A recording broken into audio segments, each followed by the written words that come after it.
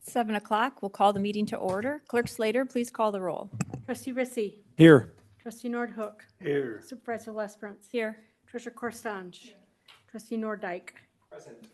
Trustee Shipley. Present and accounted for. And Clerk Slater present. Please rise for the Pledge of Allegiance.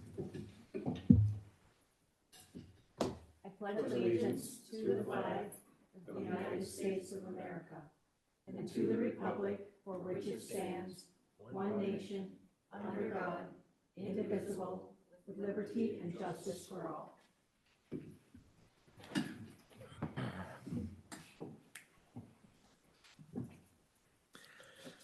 Move to approve the agenda. Support. It's a motion to approve tonight's agenda, supported or made by Trustee Rizzi, supported by Trustee Shipley. All in favor? Aye. Opposed? Motion carried. Article 4, approval of the Township Board minutes. I Is there make a motion. Discussion? I make a motion to approve the minutes. Support. It's a motion by Trustee Shipley, supported by Trustee Rizzi, to approve the Township Board meeting minutes of July 8th. All in favor? Aye. Opposed? Motion carried. Can we make sure everyone's microphone is on? Reminder for the green button. Yeah, I don't think it's working.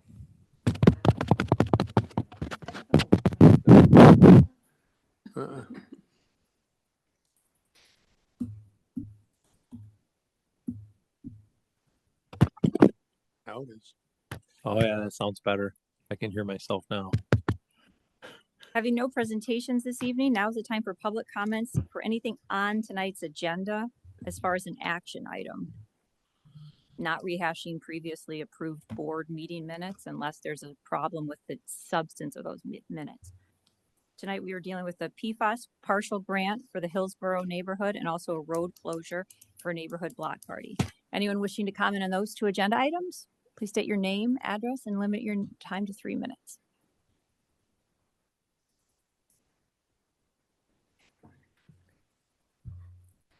Article 7, is there a motion or discussion for approval of the consent agenda? Make a motion to approve the consent agenda as presented. Support.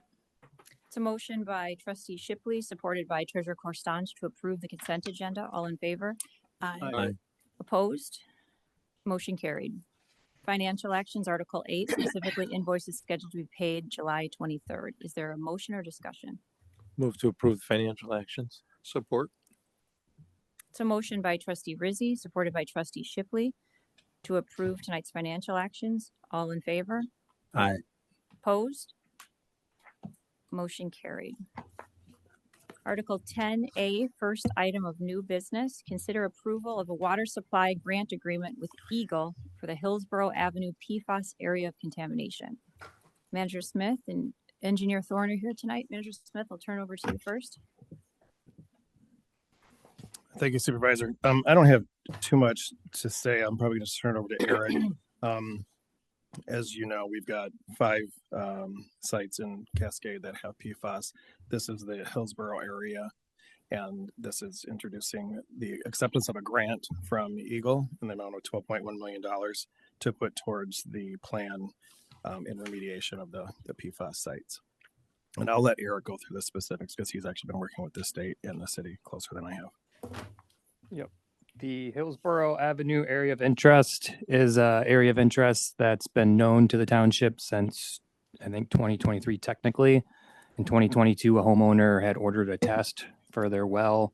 It came back with detection of PFAS and exceedance of the state limit. And then what happens is Eagle confirms that test with an additional test. If it comes back again with PFAS, they test houses around it. And then what happened throughout 2023 was a series of more tests for a larger radius each time of homes being tested. So ultimately, the Hillsborough area consisted of 470 homes that are all on well. Of those 470, 51 were in exceedance. And then there's a number of 123 with detection, and then 202 that have no detection. We had a public meeting in 2023 that amounted to what all of our other public meetings on PFAS typically amount to, which is that the issue is a large and complex issue that ultimately does rely on a larger source of funding to do anything with. So fast forward to 26, Eagle did reach out to the city of Grand Rapids and said they were looking to award $9.5 million to the city for the expansion of water main in the Hillsborough area. The city got in contact with the township. Ultimately, after discussions, the city did not want to be in charge of this project the way they are in charge of the Burger Goodwood project. If you talk to them, it's a capacity issue. And they'll also tell you that typically the Burger Goodwood project was a not typical project. Typically, they would have municipalities be in charge of these projects themselves.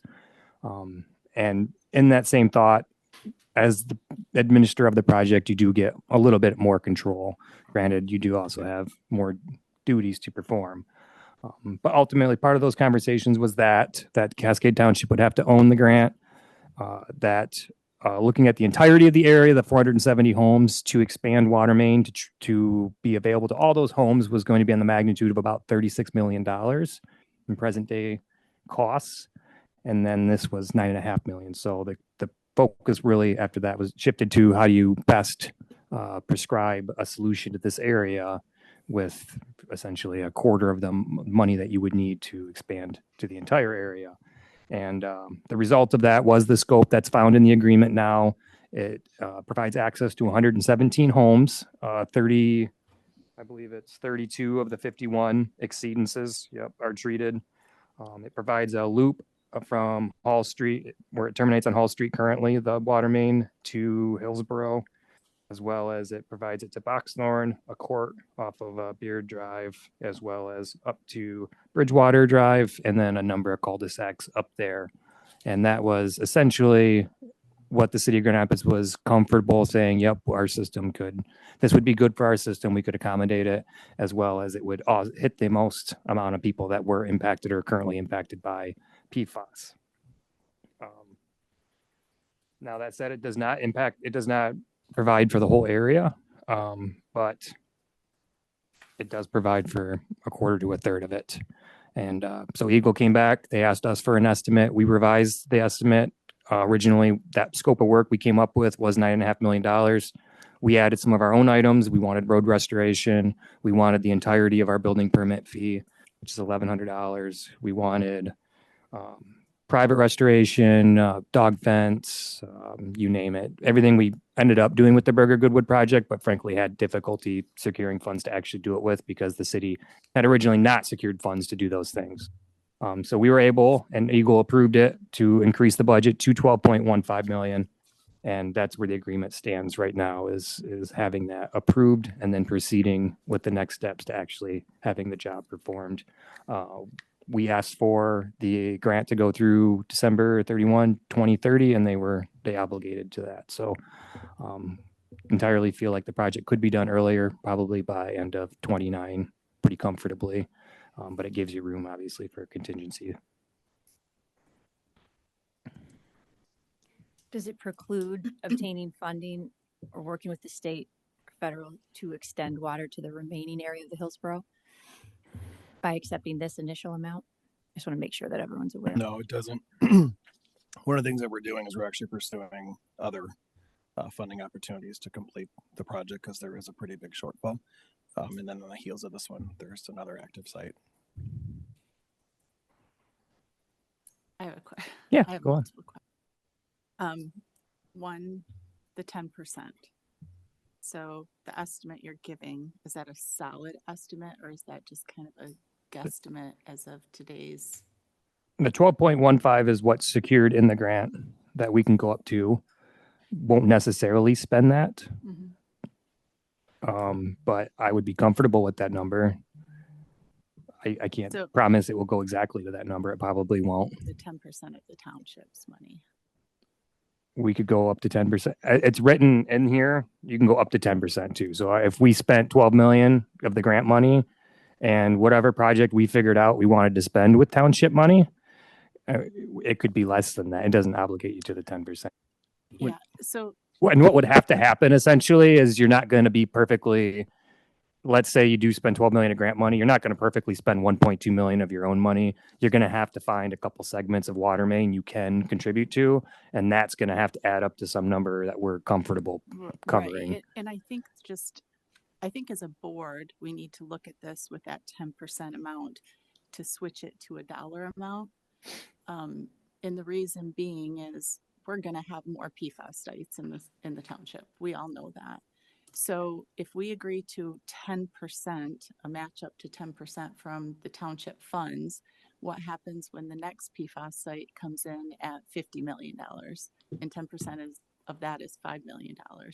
Are we going to, it's going to come back to bite us in that way where people are going to be a little frustrated that we gave one neighborhood or one section 10% and we're not going to commit 10% to every single possible project because it would bankrupt us ultimately. So I think we need to look at the 10% and possibly put a dollar amount on that amount that we are willing to match up to or willing to contribute up to, because ultimately if we do 10% of every PFAS site in the township, it'll bankrupt the government or bankrupt the local government. And I think that's something that, and it's taxpayers' dollars. So if okay, never mind. I think when we met as a infrastructure subcommittee, we talked about a lot of different options of how the township could participate. That's what came out of that meeting. That's what was recommended, but I have no problem going with a solid dollar amount. And I think that this will be coming back before you again with the budget amendment. This is to accept a grant and then to commit some dollars from the township. If you want to change that from 10% to the actual dollar amount, it doesn't bother me. But we'll do whatever Right. the board wishes. I just think as a board, it's something that we need to look at and think about, because if we state we're going to contribute 10% of this, what happens when the next one comes in 5 times, 100 times more than that? We're not going to have $3, $5, $10 million to be continually contributing to these sites. And again, these are taxpayer dollars that we're talking about from all of the residents. We got the estimate of 36 million for this Hillsborough site. What did the Irene Linda site come in at? Do you remember total? It's 2 million and change, it's between 2 and 2.5. The scale of that 0.2 project is maybe. completely different than this project from a size of the number of homes and the actual location of the water main. And Hidden Hills, that Aspenwood Hidden Hills, has Eagle or the city given any type of estimate, like one, define the area, or two, given any type of estimate for what they anticipate that will cost? No, that area is continuing to expand. Actually, they're doing more testing. So we have no idea of that impact yet. So we haven't even gotten a dollar amount. No. It's comparable in size today. It's 411 homes instead of 470. So I think you could conservatively extrapolate that out. Current estimates for the Hillsborough area pretty much return 80 to 100 grand per home for the whole project, if you took the whole project and divided it by the number of homes you're serving. I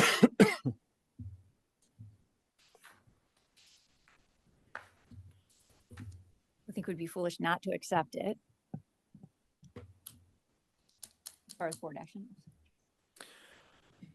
I agree. I think we need to accept it. We have to work in whatever avenue we can to get clean water to our residents. It's, you mentioned that number per home. It's too bad we can't just drill deeper wells for all of these people. It'd be significantly less money, but I know their fear is that the deeper aquifer will become contaminated later. But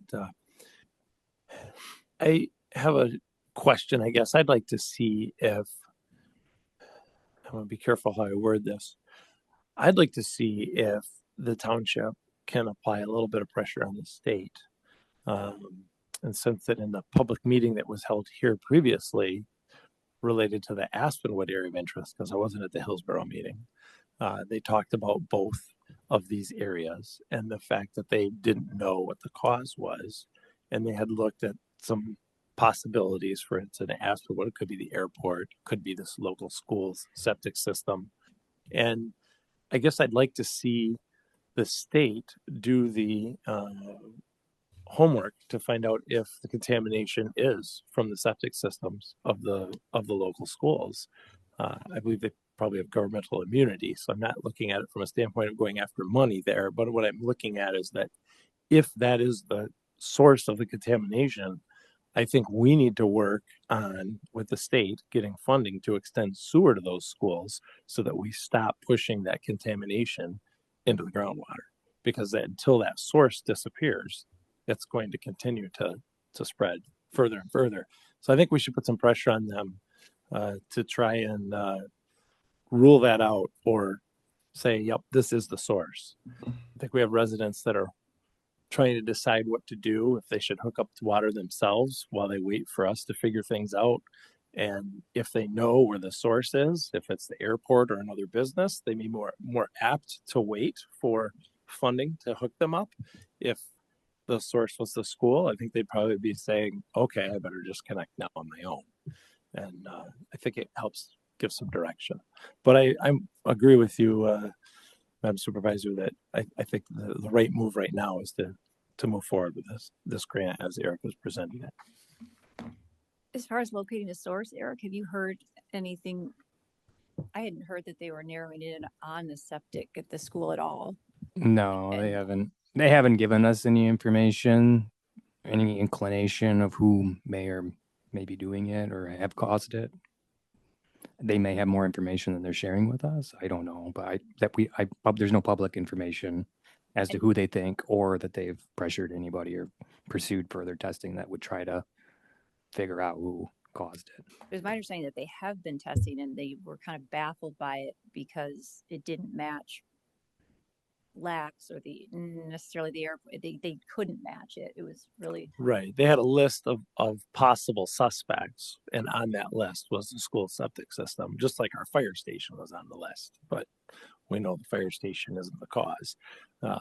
But they haven't done any, they haven't released any information if they've narrowed down that field or not. I'd like to see them, if it's not the school, I'd like them to come out and say that it's not the school. We can definitely follow up with them. I just like to put a little pressure on them to find some answers. That's all. And I can't agree more strongly with Scott. It would be nice if we could identify where the stuff is coming from. But I think that we need to move forward for the residents and utilize this Eagle grant and apply for additional Eagle grants to cover the expenses. Looking at the map, there are clusters of red wells, and those are probably the ones that we want to go after. But I'll leave that up to Eric and the engineering and the PFAS experts. So with that, I make a motion that we approve the proceeding with the alternative water supply grant agreement for the Hillsborough Avenue PFAS area of interest. Let me see. I guess we don't have a resolution number on that, but I'll make that motion. Support. So motion by Trustee Shipley, supported by Treasurer Corstange, and then Trustee Rizzi, to approve proceeding with the alternative water supply grant as presented. All in favor? Aye. Opposed? Motion carried. Article 10B, consider partial road closure for a potential neighborhood block party. Manager Smith? Thank you. This will be the third year in a row that this neighborhood off the corner of Crest have requested a partial road closure to throw a block party. It is for September 19th from the hours of 4:30 to 8:30. And you've got a map included in your packet. We did verify that none of the homes around the affected area will be locked in. They all have access throughout their driveways to go around where the block party is being requested. And with this approval, this goes on then to the sheriff's office. I encourage the neighborhood block parties and gatherings as long as they don't disrupt the neighborhood. And it sounds like 30 years in a row, you said? Correct. Jade. With that, I make a motion to approve the resolution 028-026 for allowing the partial road closing for Thornapple and Sheffield intersection. Support. So motion by trustee Shipley, supported by treasurer Correspondence to approve the resolution as presented for the partial road closure at Thorncrest and Sheffield. All in favor? Or Clerk Slater, please call the roll. Sorry. Treasurer Correspondence, Yes. trustee Nordike, Yes. trustee Shipley, Yes. trustee Rissy, Yes. trustee Nordhook, Yes. clerk Slater, yes, supervisor Lesbrunz. Yes. Motion carried. Having no items for discussion, public comments, Article 12. Any comments, whether they're on tonight, deal with tonight's agenda or not. Again, please limit your time to 3 minutes for the fairness of all residents. State your name and address for record keeping. With that, welcome. Hi, the Cats for Wells, 2980. Two questions for you. The first one is, I noticed along the bike path at 30th, every 10 or 15 feet, there are stakes founded in the ground, sprayed orange. I'm kind of curious about what that is about. And also, the plan was to demolish Verber's in August. I just want to make sure that that's on schedule. Thank you.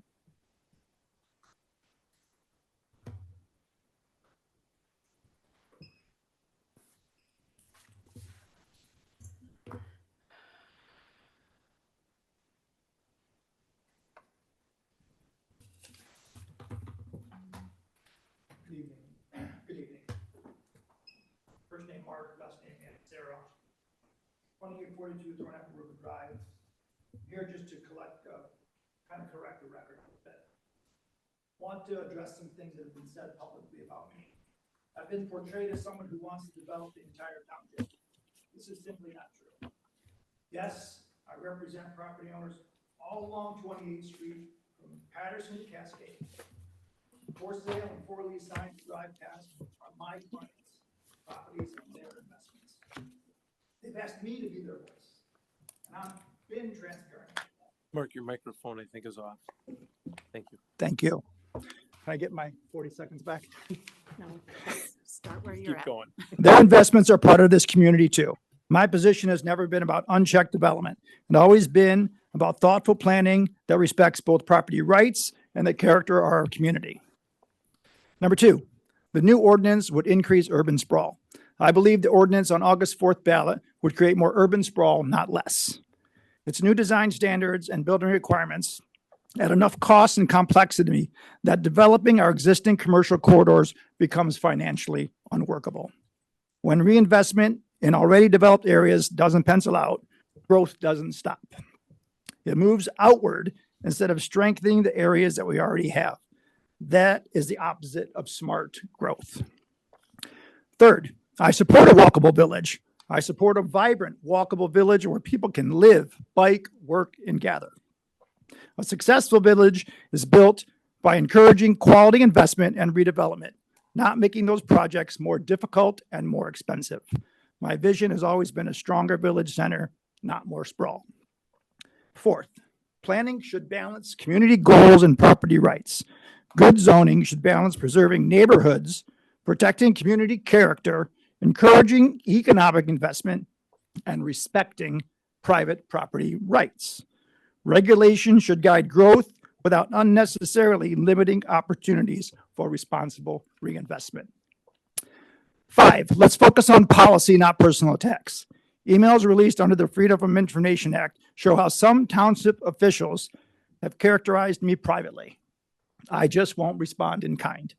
I respectfully ask that we move beyond the personal accusations and discuss the actual zoning policy. Reasonable people can disagree without questioning motives.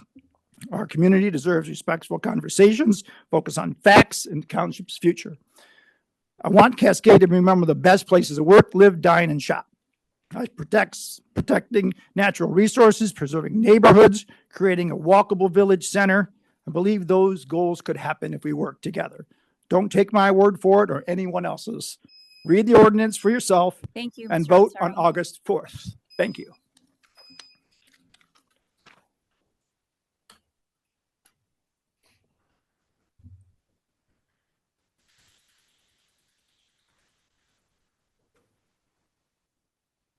Hi there, Scott Vince Holcomb again.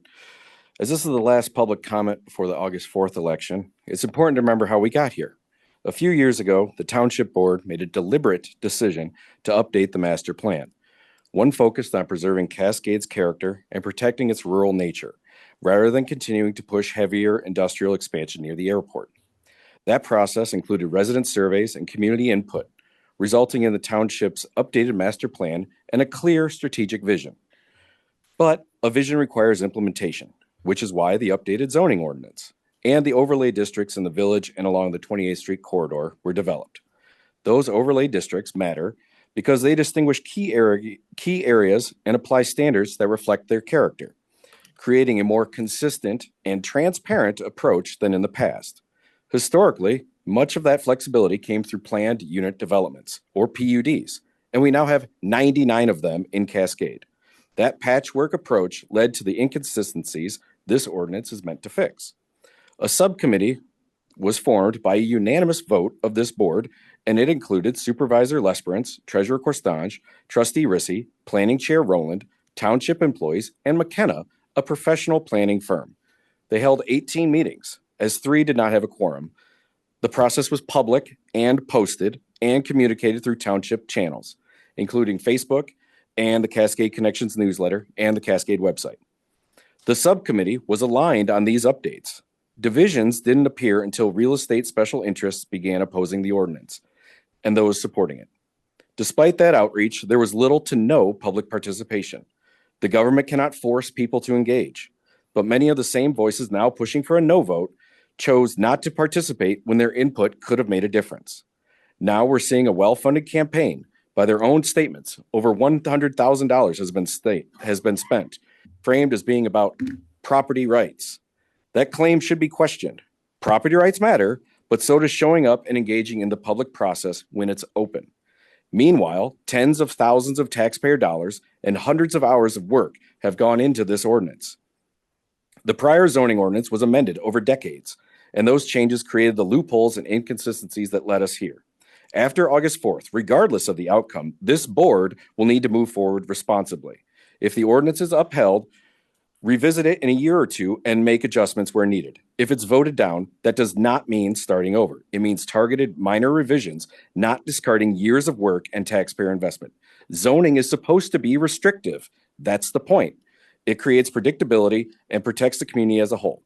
And finally, when the votes are counted on August 4th, I'm confident our clerk and her team will have results that night, not weeks later like Los Angeles. Preserve Cascade, voteyes.com. Thank you. Thank you.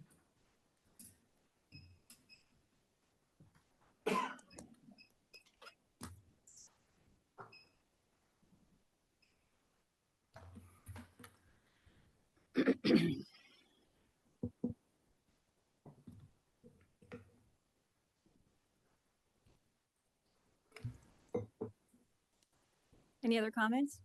Okay, board comments, or excuse me, manager comments. Thank you, Supervisor. Just a couple of things. One, just to remind everybody that tomorrow night is the next concert at Friendship Park. Starts at 7 o'clock right out here. It's supposed to be a beautiful evening. In regards to the question about Verbergs, I don't know that we've actually ever said August. We've said fall or late 2026. I would not be wise to give an exact date when we're dealing with bonding and construction. But the hope is to get it down later this year, 2026. And in regards to the pathway along 30th Street, I'm not sure. Eric, do you know? Our contractor for the 30th, Buttrick 36 and Cascade Road pathway improvements is looking to start in August. So we actually had a pre-construction meeting on Friday. I'm still pressing them. They have a schedule. Unfortunately, I'm still pressing them to actually get the schedule, but we're going to put on social media information. And I suspect first or second week of August, they'll be out there working on that. So that's what that's related to. And that'll go on for 8 to 10 weeks, give or take. Board comments, Trustee Shipley. Sure. Thanks for coming, Mark. We appreciate your comments as much as what we do, Scott's. Lisa, I see you're here, and thanks for coming. Ken, Josh, Bob, and Nick. thanks for coming down. Nick, it's always nice to see you down here to keep us honest too. And as always, whatever the people of the township want is what we, their elected officials, are going to carry out. Regardless of how I feel or somebody else feels on the board, we're here for the residents of the township. Okay, thanks. Trustee Nordike. Thank you. Thank you, everybody, for coming. Before I get to the zoning, I saw that Ada, who has a non-solicitation policy that I think was the predecessor to ours, and we borrowed from, this week identified a vendor, and they are no longer allowed to solicit in that township for a year because of infractions that they commit. I've heard from various residents that vendors are not following it, and I would just encourage the township staff to police that. Not to suggest that they're not, but I think Ada is taking the lead again, and I'm happy to see them hold these vendors accountable. We have a vote coming up on August 4th. I don't agree with John on the zoning, but I absolutely agree with him in that what the voters come back with is what we have to follow as a board. I have been described by certain board members as a waffler, and I'll probably take that.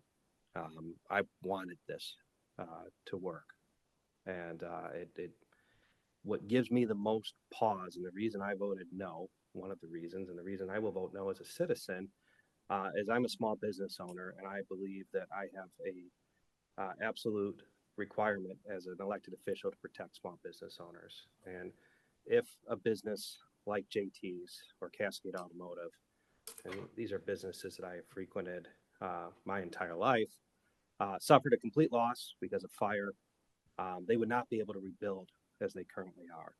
And I understand that's part of the form-based code, and that's just part of it. But you know, if they have insurance for what they have, and the standards were such that it would cost significantly more to rebuild, it would prevent them from building and put an undue hardship on them, in my opinion. And that's just something I can't get behind. So, you know, I respect what the outcome is. I will be voting no, and I would encourage others to do likewise. Thank you. Trustee Rizzi.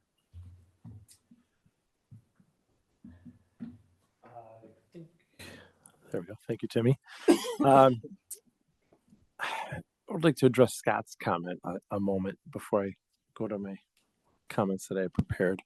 I was at all of the zoning committee meetings, and I don't believe you were at any of them. I could be mistaken if you visited one or two, but I don't remember seeing you there. And I can tell you that there were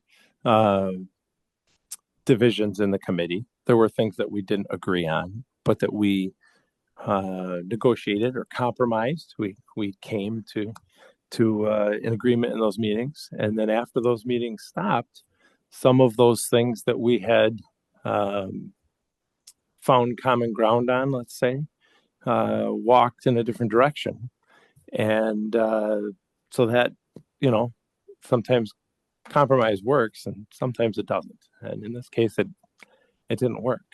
And I would also say that as time went on and I spent more time with the planning director and more time in the 255 pages, I found more things that alarmed me.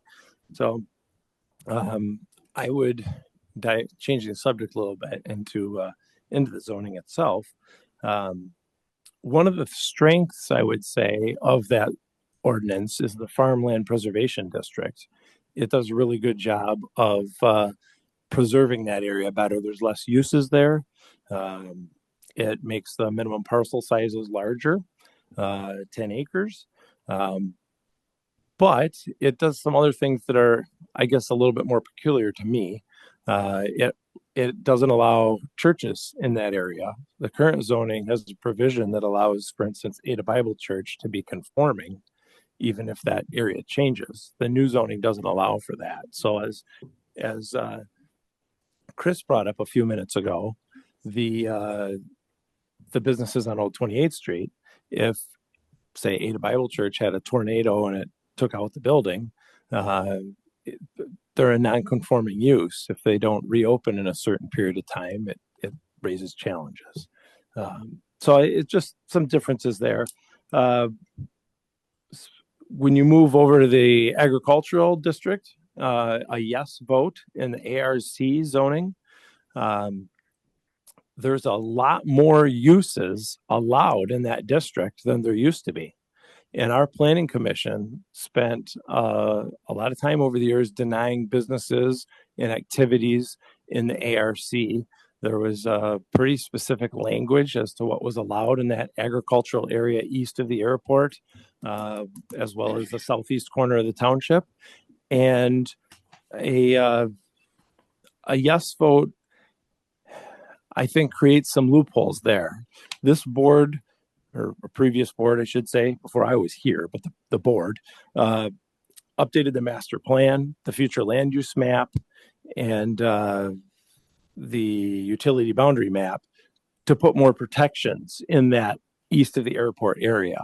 And I believe that the language in the proposed zoning, if you vote yes, I think while it upholds the rules against industrial growth to the east, I think it allows additional uses for small businesses and like contractors and things in that area that previously weren't, that previously were better regulated. In the village area, there's been a lot of talk about apartments not being allowed. And I know that it's been brought up that the apartments behind Culver's that are 1 story flats, if you will, that those would similar product of that would not be allowed in the majority of the village area under the new zoning, and that is accurate. However, a 2.5, 3-story building with commercial on the lower floor and multi-family units above would be. And when you do the math, a large part of the village, the density is actually higher than what is allowed currently in the what is the B1 district. So there are some differences there, and I think the village would look better under the current zoning than the new zoning from that respect. I don't want 3-story buildings 4 feet from the sidewalk. And, as you go up 28th Street, the density increases significantly higher than it is today. So I will also be voting no for many of those reasons. But we'll see how things pan out, and whatever zoning we end up with and the end of the month, I will work to patch it and fix it wherever we can, because I think both of them need work. So that's where I'm at. Thanks for coming tonight. Trustee Norduck, Nope. Clerk Slater, No comments. Treasurer Corsage. I just have, I don't know, everything Scott said, I could only get through the first portion when he's blatantly not telling the truth. So it's extremely frustrating because everything you said, but at least we know what you're saying to your church at Ada Bible, that we restricted them because, and I wish Mike, our attorney, was here. As somebody who sat in the subcommittee, we talked about churches. We cannot restrict churches within the township. So your whole spiel about we're restricting Cascade Bible and not allowing churches in these areas, we can't do. There's a whole line in there. It says which zones churches are allowed. Go ahead, Treasurer Corsage. Yeah. I wish Mike was here. And it's unfortunate that he's not, to ask our legal counsel the question. I And agree. you, as somebody who sat in those subcommittees, we discussed churches and we were told that we could not restrict them within our zoning. And that is why they're not specifically mentioned. They are because specifically mentioned. we cannot restrict them. Okay, well, there's specifically There's mentioned laws in against certain restricting categories them. and not in others. It's right on the chart. What page? Oh. No, come on, we're doing the individual comments, so it Yeah, doesn't turn into a But story. it's okay because Scott always has some comeback about something. And again, mistruths that you're telling to people, and you are specifically in those subcommittees, and it's frustrating that you cannot stand up for what you stood up for during those subcommittees when people ask you questions outside of them. But that's your thing. And I, I won't even, don't respond because this is my time. And somebody is watching, whatever. I'm so tired of the lies and the fakeness and the people talking one way in front of certain people and talking another way in front of other people. And again, I wish our legal counsel was here to clarify some things. I'm done. I just want to thank Clerk Slater, also her staff and the volunteers and different election workers. I know they've been working hard, especially with all the early voting and absentee voting. It's been a long process. And then I have a couple comments about the zoning. Scott, you said that the Culver's apartments would not be allowed. No, they are allowed under the current zone. You said that no, the current zoning. They're not allowed under the new zoning because it's a first floor business. So Right. The whole point was you don't want those in the village area because it's the opposite of walkable. Mhm. Well, that's not what you said, Scott. 3-story buildings, you say it's a 35-foot height limit. We chose that because that's not 3 stories. You can't do a first floor commercial and rent it out for market rate at the height that renters pay with a 3rd story on a 35-foot building. And then you said 3-story buildings 4 feet from the sidewalk. Again, that's another misstatement being pushed by the real estate special interest group and certain people that are following them. The sidewalks aren't changing. People aren't walking closer to the roads. The sidewalks are in the exact same spot. And if anyone was paying attention, this board together worked up the setbacks and we were all in agreement to it. And we came up with a compromise.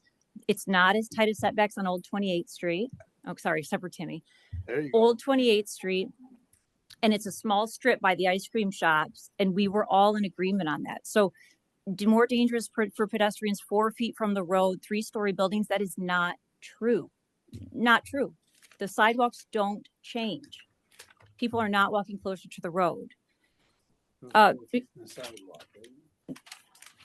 Then Trustee Nordike's comment about his concern now it's about if something were to happen to a commercial business such as JT's or O'Neill's, because they're non-conforming currently, or would be, he said, would be non-conforming. So if 60% or more of that building were to have under fire or were damaged, they couldn't rebuild back. We've heard that as a more recent reason to go against the zoning. But that is so misleading because those buildings are currently non-conforming now under the present zoning after an amendment was made after the 1989. So currently those buildings are non-conforming, and currently that 60%, if it's damaged, cannot rebuild in the same state, is already in our zoning.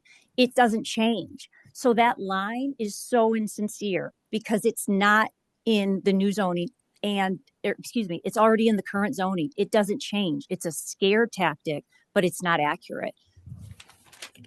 Again, this whole 60% small businesses going out of business, not true. That's a standard zoning requirement, and it exists in our current zoning today. Mr. Ansara, I spoke to you at an open house. You specifically are an investor in the Chowhound Foaling Dollar Tree building. Your concerns with the new zoning at the time were that you couldn't put in, quote, apartments like the Knoll that are on Spalding off of Cascade Road, or drive-throughs such as, in your words, Raising Cane or Chick-fil-A. My response was, you can do that in the township. You can do that all up and down 28th Street for drive-through restaurants, but that's the opposite of a walkable village. That's why the first floor business requirement is on there, so that because the money right now is in higher density apartments, we don't want that to take over the village area.